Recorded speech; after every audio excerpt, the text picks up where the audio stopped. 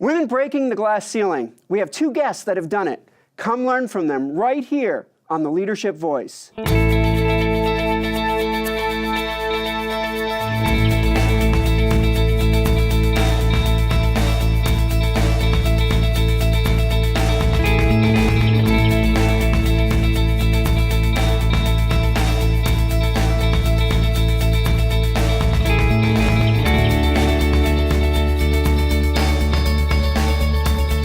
Welcome to the Leadership Voice. I'm your host, Jay Barbuto.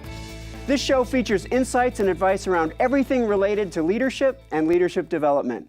Today's show is all about women in leadership. So we have two executives joining us today, each of whom have thrived in industries that have often been characteristically male-dominated. The Leadership Voice welcomes Scharrell Jackson, CFO, COO, and partner at Squar Milner, and Kim Letch, managing partner, Orange County, for Ernst & Young. We also have a special leadership lesson today being delivered by Professor Goli Sadri. But let's start things off with today's quote of the day. Today's quote comes from Arianna Huffington, editor-in-chief of AOL Huffington Post. We need to accept that we won't always make the right decisions, that we'll screw up royally sometimes, understanding that failure is not the opposite of success, it's part of success. Our first guest today on the Leadership Voice is Ms. Scharrell Jackson, who currently serves as Chief Financial Officer, Chief Operating Officer, and partner at Squar Milner, one of the 70 largest public accounting firms in the nation. Scharrell Jackson has served as an executive in the field of finance, accounting, and operations for over 25 years, working in industries such as professional services, real estate, construction and manufacturing, in positions such as Controller, VP of Finance, and Chief Financial Officer. She is known for her remarkable business acumen and her commitment to developing leadership attributes in others, streamlining business operations and automating processes with drive, growth, and increased efficiency and bottom line profit. She has been with Squar Milner over 17 years and has played an integral role in the firm's growth and success, executing multiple mergers that have expanded the firm's footprint and increased revenues and profit.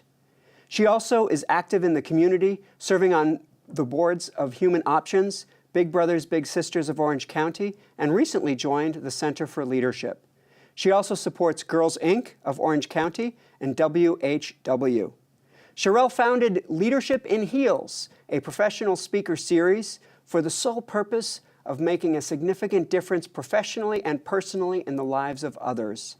It is with great pleasure that we at the Leadership Voice welcome a great leader and a wonderful person, Ms. Scharrell Jackson. Scharrell, it is such a joy to have you on the show today. Thank you so much, Jay. It's a pleasure to be here. You know, I've been so excited since you said you'd agree to come on the show, and today I've been all excited all morning, so it's so great to have you here to share your journey and to share your wisdom with our viewers today. Well, I'm excited to be here. It's an honor. Thank you so much. Oh, that's great. So maybe we should get started. Perhaps you could tell our viewers a little bit about your journey to becoming partner at Squar Milner. Well, let's see. We don't have enough time for the entire journey, but I could tell you a little bit about Cliff Notes. Okay, so the Cliff Note version is, as you stated, I've been with Squar for over 17 years. And I like to share that I started, it was a fluke. I came in on a job that was supposed to be a part-time job after having my last son. And 2 years later, with no time off, and it wasn't part-time, I found myself in a significant opportunity where I could go into an organization and make a major difference. And I was afforded the opportunity as a controller to play a role in creating policies and procedures, developing infrastructure, technological advancement, and hiring people, which ultimately was about changing lives. And here we are 17 years later, after being the controller, I was promoted to the Chief Financial Officer, and I'm now the partner, Chief Operating, and Chief Financial Officer of the firm. So it's been an amazing journey, a difficult journey, a challenging journey, but a very rewarding journey at Squar Milner. I think our viewers would love to hear more about that journey. Perhaps you could tell us a little bit about some of the obstacles that you've had to overcome during your career. Well, let's see, where would I start? You know, quite frankly, being a female leader in a male-dominated industry comes with obstacles in and of itself. Some that are self-imposed and some that are imposed by others. I think sometimes when we are different, and I'm quite different being an African-American in South Orange County, we sometimes walk into an environment feeling that we're going to be treated different. And so we can create obstacles in and of itself within our mind. And then there are people who are not comfortable with the way that we interact or the way that we communicate simply because culturally we're different. So there were some cultural differences that I had to learn to overcome. And part of that came from me not feeling confident and comfortable in who I am as a person, therefore feeling challenged when I was interacting with others. So one of the major obstacles that I had to come to terms with was being comfortable in who I am and what I bring to the table, and therefore that allowed me to be a more effective leader. And then the other thing that you have to become comfortable with as a leader and some of the obstacles is being able to not take things so personal. You know, when you are in a position of leadership, people don't always like it when you have to make difficult decisions, change, you know, promoting or not promoting people. So you have to be comfortable in dealing with the obstacle of sometimes sitting alone.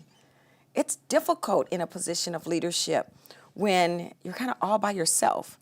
You really don't have any peers or people that you can bounce things off of when you're making difficult decisions. So you really have to get comfortable in a space that many people think they want to be, but sometimes can be lonely. And that's a huge obstacle. And it seems like overcoming those obstacles has really, in many ways, been a key to your success in getting to where you are. Yes, it has. It's a journey as you started. And it's been a challenge, but I have to say it's been very, very rewarding, and it's helped me to get to know myself. Now, a lot of people may not know a lot about your organization that you founded, the not-for-profit organization called Leadership in Heels. Could you tell us a little bit about that organization and what it is designed to do, and why people should maybe perk up and pay close attention to the Leadership in Heels organization? I think that everybody should. Leadership in Heels has been an absolute blessing. Not only for me, but for all of the attendees and all of those who've had an opportunity to participate in it. You know, Jay, I started it as a women's speaker series for women by women for the sole purpose of making a difference in a woman's life. But what I quickly realized is that when a woman is better as a mother, as a partner, as a wife, as a friend, the entire community is better. So Leadership in Heels is now for everybody, to make a soul difference in the personal and professional life of everyone. And at each event, we have a keynote speaker or a group of panelists. We address matters of the heart that not only penetrate the heart, but it stimulates the mind, and we provide you the tools to pivot your life forward. We not only do that, but at each event, we highlight a person in business, and then we donate a portion of the proceeds to a nonprofit. So we have a multitude of themes, and we align our theme with our person in business and our nonprofit. In fact, we have one coming up on July 27th, and I'm looking forward to you attending. I've heard a rumor that I will be there. Great. So you'll have to look for that when the announcement comes out. And how can people find out more about Leadership in Heels? Well, actually, I'm all over social media. Leadership in Heels on Facebook, on Instagram, and you can contact me at Scharrell J on Twitter. And I also have a website, Scharrell@ScharrellJackson.com. Okay, that's terrific. Well, a lot of people watching the show today are especially interested in hearing about your journey and hearing how you have become such a success in your industry being a woman. And so could you talk a little bit about managing the balance, specifically as a woman, as an executive, and as a mother? How did you manage to put all of those irons on the same fire and balance it all to succeed? Well, you know, let's talk about balance, Jay. Is it really balance? It really is being able to wear it well. And so when I look at balance in my life, I've been a single mom for over 14 years. I have 3 amazing sons. As you mentioned, I'm running an organization, I own a speaker series, and I love the community. So what I've been able to do throughout my career is accept the fact that I really only do the things that I love. And I love to make a difference. I love to serve. And I think that when we start to embrace the responsibilities that we've been gifted to have, then it becomes a lot more enjoyable. You know, one of the things that I've come to realize is that stress doesn't really come from responsibilities. It comes from people. So in order to balance the responsibilities that I have, I choose my company wisely. And therefore, it keeps my stress down. So it's very, very important at work that I'm working and creating relationships that are meaningful. At home, that I'm participating and creating relationships where I can extend love and also allow others to love me. And in the community, that I can help those that are underserviced. And that gives me a lot of joy, and it gives me a lot of balance, even when my calendar is backed up, back to back to back. So I think the way that I find balance is I've learned to enjoy the things in life that bring me a lot of joy, and I don't worry about the things that I can't control. Yeah, and it sounds like you're also giving yourself opportunities to experience more joy and giving yourself opportunities to be around people that really do bring joy into your life. You know, I do. I really do. There was a time in my life where I was under a lot of stress. I mean, work is exceptionally demanding. I was trying to figure out the juggling of the children, trying to figure out, you know, exactly who is Scharrell. And as a result of that, I was lost. I mean, on the outside, you can wear it well, but it really is about your inside. And what I did is a lot of work on bridging the gap between the two and aligning not only who I am, but how I feel and who I bring to the table each day. And as a result of that, I mean, it's been difficult, I'm not going to lie. It's challenging, but as a result of me being willing to do the work and be open and honest and authentic with myself and others, it's brought a lot of joy for me. Oh, that's great. You know, a lot of people watching the show today are going to be wanting to tap into your wisdom. So what advice would you give a young adult who has aspirations to become a partner or to become a C-level executive? What advice would you give them? So let's see, what advice would I give a young adult who wanted to become an executive? First, the first thing that I would say is understand what it is that you aspire to be. Because sometimes people want to be an executive because they want to make a certain amount of money. And being an executive is more than just earning a paycheck. So you really have to understand the responsibilities of what it is that you say that you want. Secondarily, I would say that in order to become an executive, you have to be willing to do the work, even when you don't want to. So it's not just about the job title, but it's about your work ethic. Know yourself and what your own abilities are. And then the other thing that I would say is be unafraid to ask for help. Go out and find the mentors. I've heard you say that on the show. Find the mentors that you need. Ask for the help that you need. Do the work and understand what it is that you aspire to be. And then when you fail, forgive yourself. Extend yourself some grace. Because sometimes we are so busy aspiring to be the best, we forget that sometimes we can be perfectly imperfect and still be okay. Yeah, I strive on being perfectly imperfect. Yeah. Scharrell, it's such a joy to have you on the show today. I want to thank you for coming on the show and sharing your wisdom and your experiences as a woman executive that has really found ways to shatter the glass ceiling. I want to thank you so much for being on the show. Well, thank you. I appreciate the opportunity. And now, Scharrell, today you're going to stick around a little bit later on. We're going to do our Q&A segment, and we're going to have you come back to answer some questions from our audience. Okay, that would be fun. Thank you. Terrific. I appreciate it. Thank you. And now it's time for a featured segment of the Leadership Voice. It's today's Did You Know? This comes from pewssocialtrends.org. In 1997, women represented 0.4% of the nation's CEOs. In 2007, 10 years later, this number grew to 2.4%. Today, in 2017, women represent 5.4% of the nation's CEOs. While we have seen a fairly large change in the percentage of women represented at the top of companies, these numbers are still far from ideal, as women make up 46.8% of the total workforce.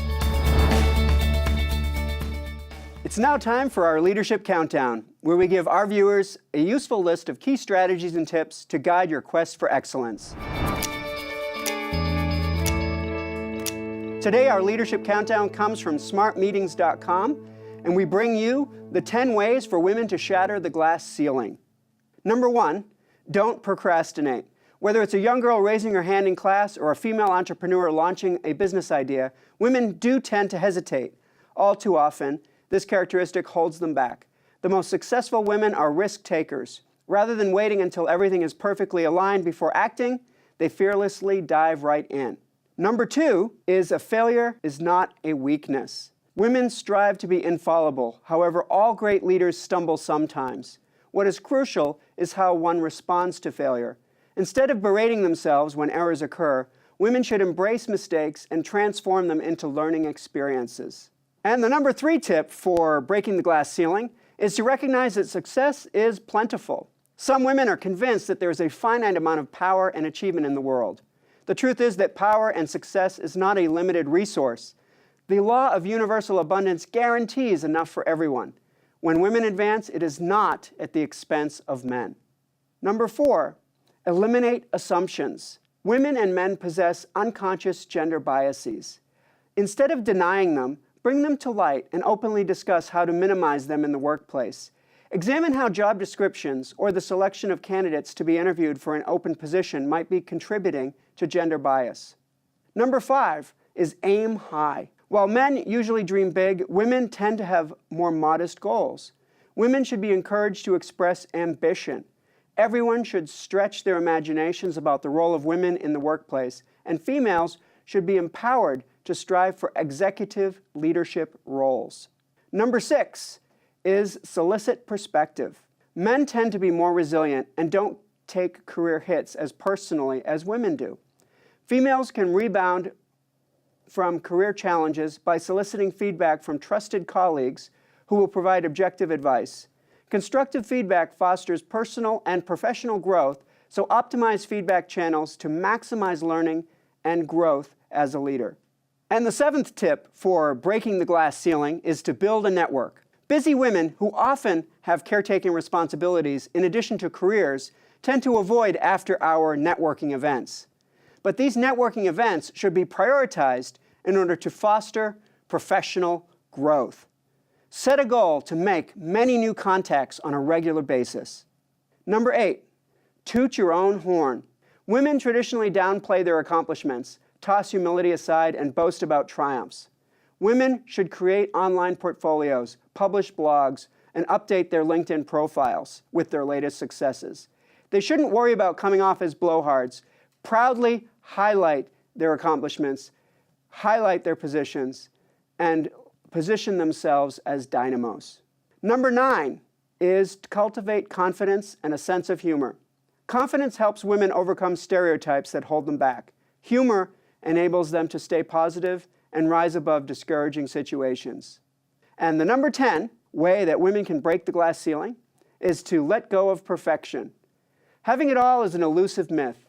Instead of striving for perfection in all areas, women should aim for growth in what matters most. This can be personal or professional and will morph over time.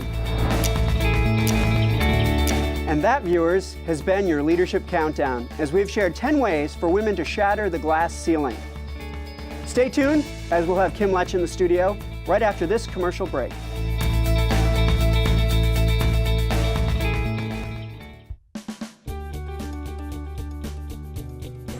Well, we found here at Honda Center and the Anaheim Ducks that the Center for Leadership brings expertise in doing research, in doing training.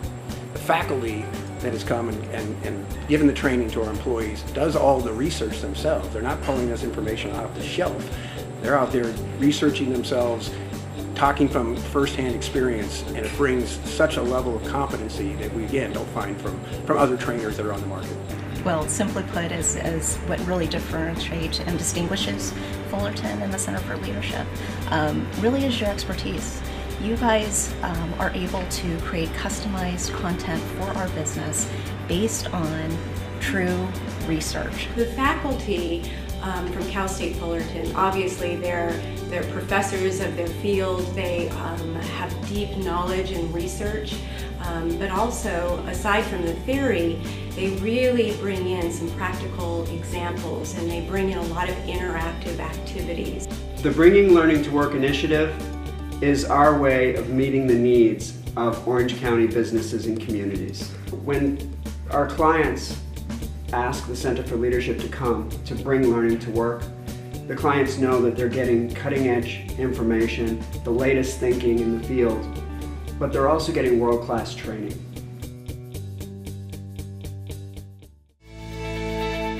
Welcome back to the Leadership Voice. Our second guest is Kim Letch, Managing Partner of Ernst & Young, Orange County. Ms. Letch is a partner with more than 25 years of experience.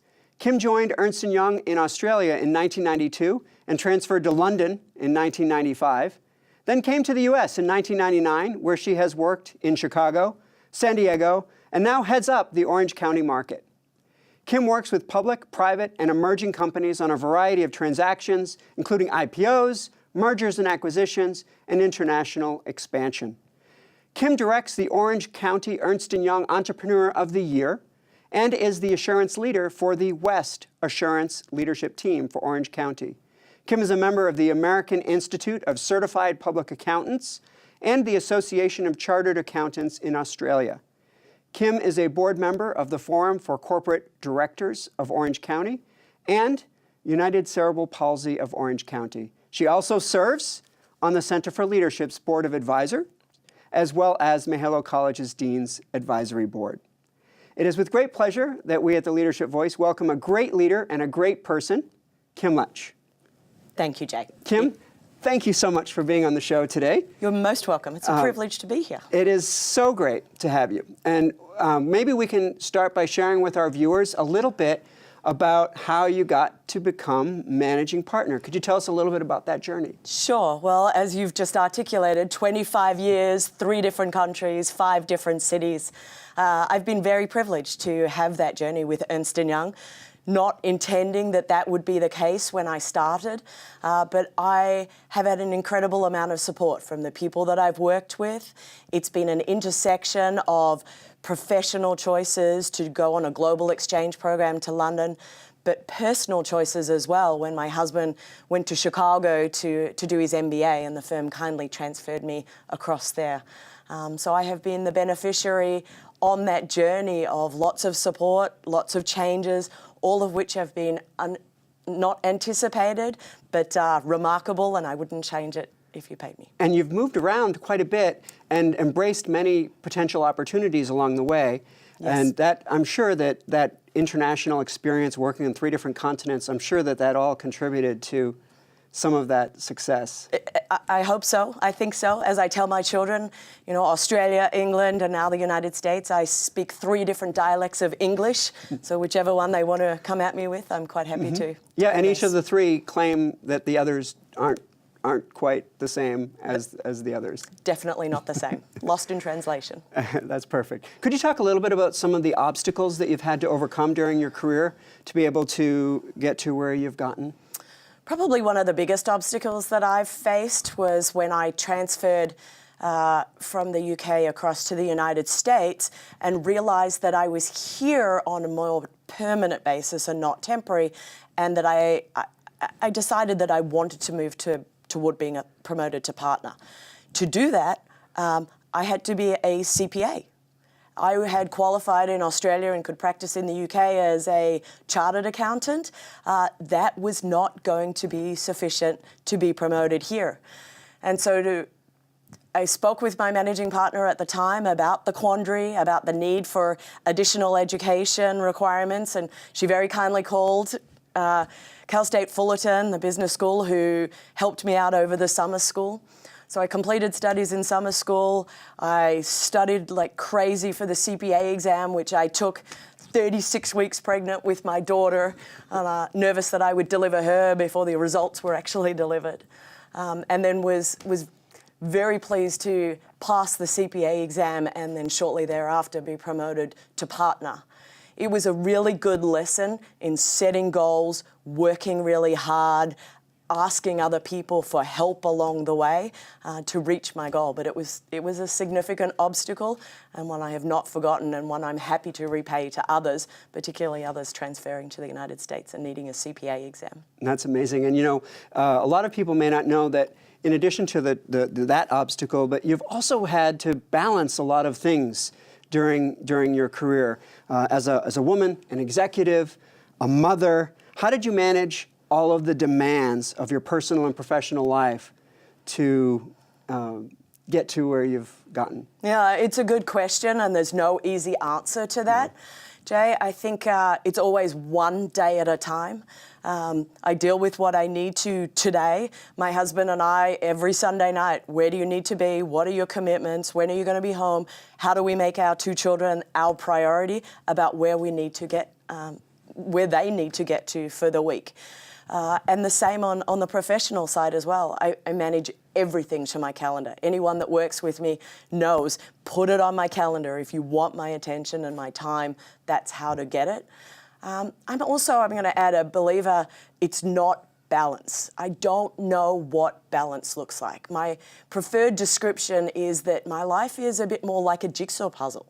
And if you take one piece of a jigsaw puzzle, it's a really odd, funky shape, and you can't tell what it looks like. But after you start to put a few pieces of the jigsaw puzzle together, a picture starts to evolve. And over the course of time, and for me, perhaps the 25 years to date, that picture has evolved into something that I feel looks quite beautiful. And I enjoy the time at work. I enjoy the time with my children. I enjoy the time on the boards that I serve. And I enjoy my personal time as well, that I can try to get a few minutes in and read a good book. No, that's terrific. You know, a lot of people watching at home are thinking, you know, I'd love to succeed. I'd love to maybe be a partner. I'd love to get into a C-level executive kind of role. Mm-hmm. But they may not know exactly what it will take to get there, or they might have questions. So as you think about your career, and you've had a winding career that has led to some great success, especially here in the U.S., becoming managing partner here for Orange County.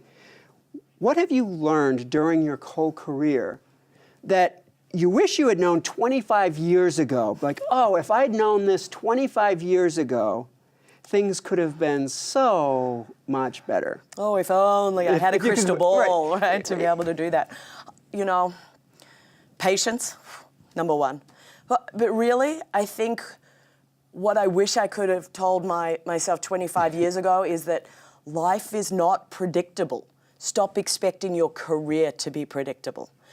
I'm a believer in the importance of setting goals and moving toward those goals, but also being open to opportunity and to allow things that you don't expect and opportunities that you necessarily wouldn't have chosen for yourself to be brought before you, and to have that choice about a path that you want to take. When I left Australia 22 years ago, it was supposed to be for 18 months. I've been gone 22 years on a very winding road, and I wouldn't change that journey or that road that has been taken, but I could never have predicted it. I think also the importance of work hard, harder than the minimum, to get what you want. When I moved countries, I did have to prove my credibility and inspire that trust in other people, and then allow other people to trust me and to sponsor me and mentor me.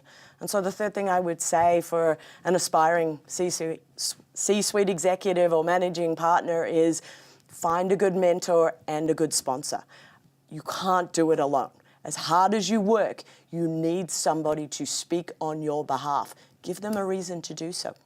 And so maintaining some amount of a clear sense of what you want, but also staying flexible. Yes, absolutely. Because with that flexibility, it allows you to potentially receive new opportunities. That's exactly right. Opportunities that you may not have even thought of, that weren't predictable for you, but take you down a path that you might be really good at, that invigorate you and inspire.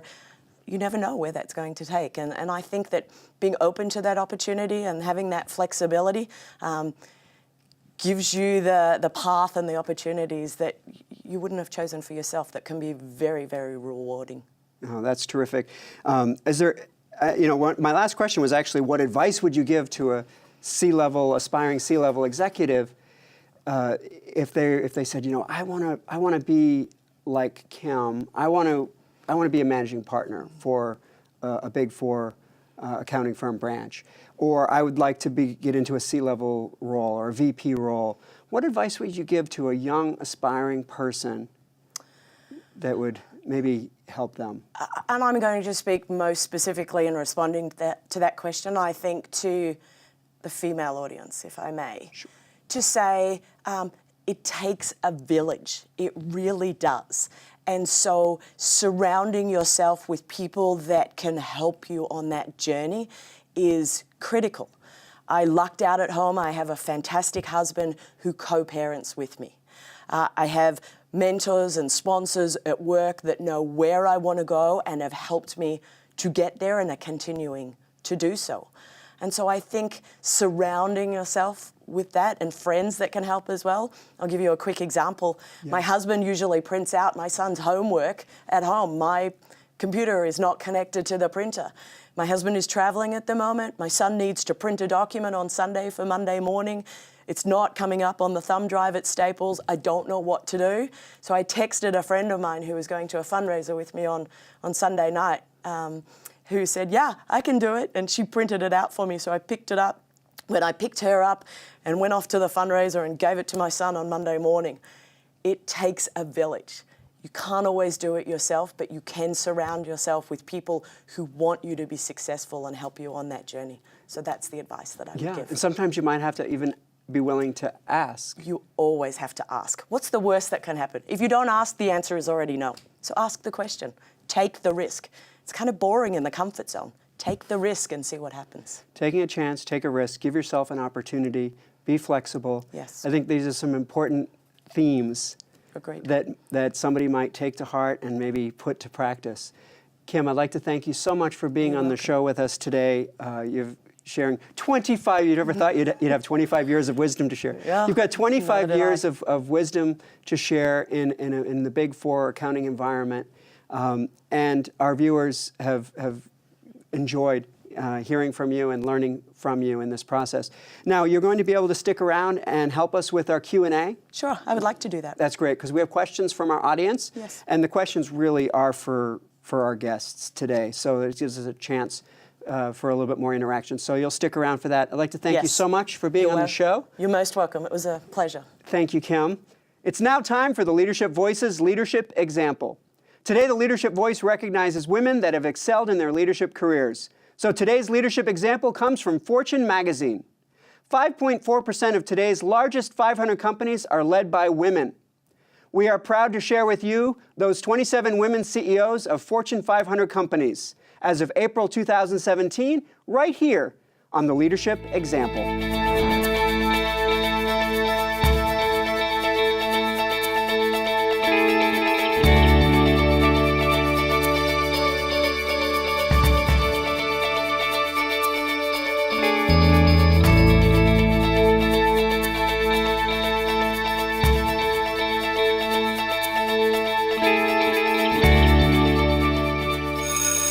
Hear that?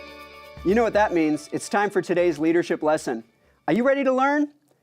Albert Einstein once said, if you can't explain it simply, then you don't understand it well enough. Joining us today on the Leadership Voice is Professor Goli, Sadri, Professor of Management and Academic Director of the Women's Leadership Program in Mahalo College of Business and Economics at Cal State Fullerton. Hello, I'm Dr. Goli Sadri, and here is today's leadership lesson. Today I'm speaking to all young executives, especially women. The lesson focuses on 3 simple tips that will help make your communications at work more impactful. They are 1, know your linguistic style, 2, be more direct, and 3, own your ideas. Number 1, know your linguistic style. Deborah Tannen, professor of linguistics at Georgetown University, describes linguistic style as the way we communicate. Things like directness or indirectness, word choice, stories, questions, and apologies. She says men and women have different linguistic styles. For example, women tend to say, I'm sorry, more often than men. Tannen suggests that women say, I'm sorry, as a way of expressing concern. What they mean is, I'm sorry that happened. A potential problem is that people who frequently apologize may come across as weaker, less confident, and more to blame than people who don't. So it's important to be aware of the words you use and the impact they have. Number 2, be more direct. Research on communication patterns shows that many women tend to be more tentative in their communication. For example, a woman might say, maybe you can finish the report by Thursday, instead of saying, finish the report by Thursday. Women use the term maybe to soften the message and avoid coming across as abrasive. However, this indirect pattern of communication could cause the other person to misinterpret the message to mean there is a choice, when in fact, Thursday is a firm deadline. So to avoid any potential misunderstanding, it is better to be more direct and say the report needs to be finished by Thursday. Number 3, own your ideas. Women are sensitive to the social dynamics of language and say we, while men are more sensitive to the power dynamics and say I. This could be a problem when a woman talks about her accomplishments in terms of we, because she might not get full credit for her contributions. Sheryl Sandberg, Chief Operating Officer for Facebook and author of Lean In, advises to seek and speak your truth, using the I form as appropriate, for example, for statements of opinion. So it is important to own and express your ideas. To sum it all up, I've talked to you about my 3 tips. Know your linguistic style, be more direct, and own your ideas. I am Dr. Goli Sadri, and this has been your leadership lesson. Thank you, Professor Sadri, for your insights into women in leadership. It's now time for the Leadership Voices Q&A. Do you need some leadership advice? Well, you've come to the right place. Every show we take questions from you, our viewers, and answer them right here on the show. Today we have 4 great questions, and we have 2 guests that are going to answer our questions as they're really directed towards their expertise. So let's get to our Q&A. Our first question is for Scharrell Jackson of Squar, Milner. It comes from Diane from Tustin, California. Diane asks, I just got passed over for a promotion at work. What advice do you have for an ambitious woman that faces this type of adversity? Well, Diane in Tustin, I would say first, I'm not exactly sure how we categorize adversity, but oftentimes rejection feels like adversity. And there are times sometimes when we just don't get the job. But what I've learned to think about is not what it is that I thought I brought to the table, but what is it that I didn't bring? And be unafraid to ask that question. If I'm passed over for a promotion, then I'm going to go to the table and say, it would really serve me well if you would share with me what qualifications I was lacking, because I don't ever want to experience this again. I think sometimes we think about, well, I was so qualified, or I brought this and I brought that, and yet. So in order to ensure that we have all of the qualifications required, why not ask? So I think that when we are faced with rejection, because really that's what it feels like, that we need to understand if there is something that we could have done differently that would have qualified us. And then the other thing I would say, Jay, is some opportunities are just not for us. Just because we don't get that job doesn't necessarily mean that it's a bad thing. It may not be the job for us. It's kind of like a man. It might not be the man for me. That's okay. That doesn't mean that there isn't another one. So I think sometimes we have to look at what it is that we didn't bring to the table and if there's something that we can do differently. And maybe we didn't get that opportunity because there's something better waiting around the corner. I think you're bringing up a really good point, and I just want to add, don't be afraid, Diane, to ask. Why didn't I? What more do I need to do? Is it time? Is it experience? What is it that I need to do so that the next time that promotion comes up, that I am considered for it? And then invite the person who is responsible for the promotion to help you to get there. Make them invested as well in your success by asking them to sponsor you toward that potential partner. That is a really good point. It really is, because sometimes I think that we're unafraid to ask those type of questions. Oh, yeah. But that will make a significant difference in the next opportunity. There's nothing worse than the guessing that goes on in your Yeah, head. that's Get out of your self-talk. head and ask the question. Exactly. No, that's terrific. So our second question, we'll start with Kim Letch of Ernst & Young. This question comes from Maya, in Long Beach, California. Maya asks, as a woman aspiring to reach an executive or C-level in my company, what will I have to give up in order to make this happen? Oh, that's a really good question, Maya, and I hope that you never have to give up anything that matters. I can guarantee you throughout the course of your career, you're always going to be given choices.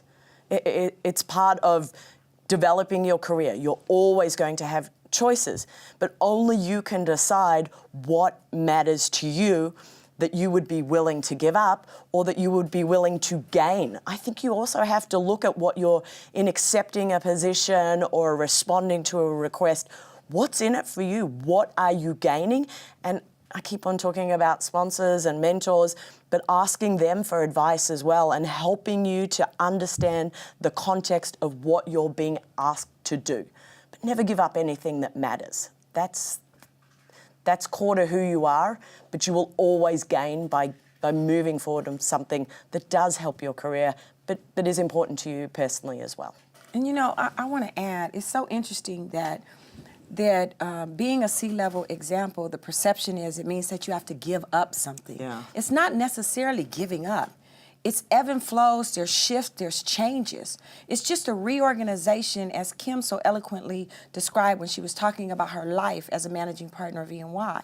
You're not really giving up anything. You're gaining something and you're learning how to redistribute your life.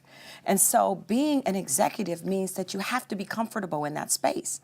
So maybe you're not necessarily making every single one of your children's gain, but you have an intimate relationship with your children. So that now you're asking them, what games is it that is important that I'm there? Maybe you can't go to all of your friends' parties, but you make sure that the time you give your friends is the intimate time that's important to them. So I wouldn't say you have to give up anything. No. You just have to learn how to reorchestrate your life so that you can continue to enjoy it. And as you progress in your career, don't assume that it's always going to be the same as it is today. Exactly. It will evolve, and there are different choices. You know, my children are 13 and 11, and the way I spend my time with them today is very different than when they were, 2 and 4, and the needs and the commitments. But the job that I do as managing partner is very different than the job that I was doing when I was a staff. It has evolved, and it's become so much richer, and I agree with you. It's what I have gained in the process that has been so enriching, not what I've given up. And and I have to say this, I know time is important, but as a parent, and whether you're a partner or a spouse, you have to involve those in your life, in your journey. Yeah, I think sometimes we feel like we have to give up something, and as women, we naturally carry this guilt, and so we feel like, well, I can't give them this much time. But when you really involve your children in your life, I mentioned, I've been a single mom of 3 sons for over 14 years, but I sat my children down and I told them, this is a journey we're going to walk through together. So these are the things that mom has on her plate, and my children understand the life that we live.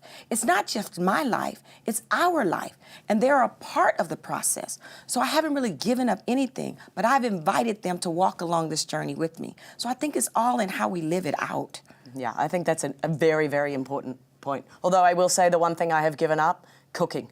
I'm not a good cook, I don't enjoy it, and it doesn't make me a bad mom. But I don't know that that's giving up anything. All right, so let's go move on. Our third question is for Scharrell Jackson of Squar Milner. This question comes from Han in Diamond Bar, California. Han asks, some of my colleagues have told me that I dress too provocatively at work. Is this something I should change if I want to move ahead in my career? Well, this is very simple. Yes, that's something you should change. I would have to say, and someone just told me the other day, I never was the type of woman who dressed like a man. So often people felt like you had to wear the staunch suit and the different ties. I still maintain the femininity of a woman, but I also dress in a way that exhibits a level of class and professionalism. And so I think that, my rule is, if you have to question it, don't wear it. There are some things that are just inappropriate. If you're wearing something to work that you will wear out to a nightclub or that would be revealing and enticing for your mate, you probably don't want to wear that to work. So I think that that's good advice. And it doesn't mean that you're giving up yourself. It just means you're appropriating what you wear to work. I think that is important. for men and women. And don't take insult to change. There's nothing wrong with changing. You can still stay true to your heart and who you are and do it in a very tasteful way. I really think you come dressed to work. And the way you dress is reflective of the way people perceive you in terms of your commitment to work and your credibility in interacting with them. So if you're getting feedback, Han, that says that you're dressing provocatively, whether that's reality or perception, you need to change. You need to change your attire to be more reflective of how you want others to perceive you. Absolutely. Dress for and work. If you're not sure, then there are plenty of people out there who Yes. can mentor you and help you in that area. Yes. Okay, terrific. So our fourth question, our final question, will be for Kim Letch of Ernst & Young. It comes from Ima from Glendale, California. Ima asks, how do I demand equality at work without seeming like a bad apple or being perceived as having a bad attitude? Some of my male colleagues earn more than me, and it seems like men have an advantage at work. What should I do? Ask the question, have the conversation, and not be afraid, I think, Emma, to ask that question about the basis for your compensation, the basis for your recognition. If there are opportunities, ask for the opportunity and present why you think you are qualified and credible for that opportunity. I think sometimes as women, I don't know about you, we work really hard and hope that others will notice the great work that we do without really asking for it. I see this sometimes when a position opens up at work. I'll get 10 calls from men who say, I'd like to be considered for that position, and a woman afterwards who will say, well, I thought I was qualified, but I never heard from her. Oh gosh, you're so right, Kim. Right? You gotta ask for that, but you do it in a constructive way. Tone matters, I think. It's not a bad attitude, it's the basis upon which you're asking the question. And I think in this context, you're asking to advance your career because you want to be taken credibly and you want the opportunities. And I think putting it in that context and making known what your goals are will invite others to help you achieve them. And that is a huge obstacle that many women face. I think the way that Kim stated that in terms of women are naturally nurturers, they naturally give, and women expect to be recognized. That's the difference between a man and a woman. A man most often is going to share what his successes are and expect for you to see them, and if you don't, he will tell you about them. And I don't think that there's anything wrong with that. So as Kim stated, I think the first thing is that if there is an opportunity, then you have to go for it. But before you go for it, you have to ensure that you are qualified for that which you are asking. The other thing that I wanted to mention is that don't look at your compensation based on what a man is making. Look at your compensation based on what the opportunity is paying. Right. And if you are not being paid appropriately based on that opportunity, then you should be able to qualify yourself. It shouldn't be about what he's making or she's making. It should be about what you are worth. And so when you present yourself according to the value that you add and what you are worth, then someone is able to look at your compensation and make the appropriate adjustment. And I also wanted to say in that regard, as it relates to the attitude, I think sometimes that women get so disappointed and frustrated that we can be perceived as bulls in china shops or other things that have been said about women because we become too aggressive about our need. I think that we have to know that it is important to do just what Kim said and ask. Be well positioned to tell your own story. Make sure that you are qualified. And it's not a competition. And I think that when we come to the table respectfully, eloquently, and qualified, that will dictate what our future looks like. Don't look at what anybody else is doing. Look at what you bring to the table. And have the confidence in yourself, and then others will have confidence in you. And tell your story. Absolutely. Tell your story. And invite others to also tell your story. Absolutely. No, that's terrific. Well, this has been, thank you both. You're welcome. Thank you, Kim, and thank you, Scharrell, for joining us for the Q&A. This is the first time that we've had our guests do the Q&A, and I think it might not be the last because I think it was fantastic. You guys gave some great insights to our viewers. Our four individuals that sent us questions, I think you've really done a great job giving them lots of food for thought, some things for them to think about. So this has been the Leadership Voices Q&A. Thank you to our two guest experts providing the answers for today's Q&A, both Scharrell Jackson of Squar Milner and Kim Letch from Ernst & Young. So if you, viewers, have a question or need advice, having a leadership challenge at work and need some expertise and insights, send us your questions right here at the Leadership Voice by email, leadershipvoice@fullerton.edu, or contact us by Twitter at CSUF_leadership. Well, I think that's all the time we have for today's show. Today we explored women in leadership and learned from two accomplished executives. Thank you to Ms. Scharrell Jackson from Squar Milner and Kim Letch from Ernst & Young. Special thanks also goes out to Professor Goli Sadri for delivering today's leadership lesson. Join us each episode of the Leadership Voice as we will have two more executive guests, plus another special leadership lesson, and lots more worth tuning in to see. I'm Jay Barbuto, and on behalf of the Center for Leadership in Mahalo College of Business and Economics, we will see you next time right here on the Leadership Voice.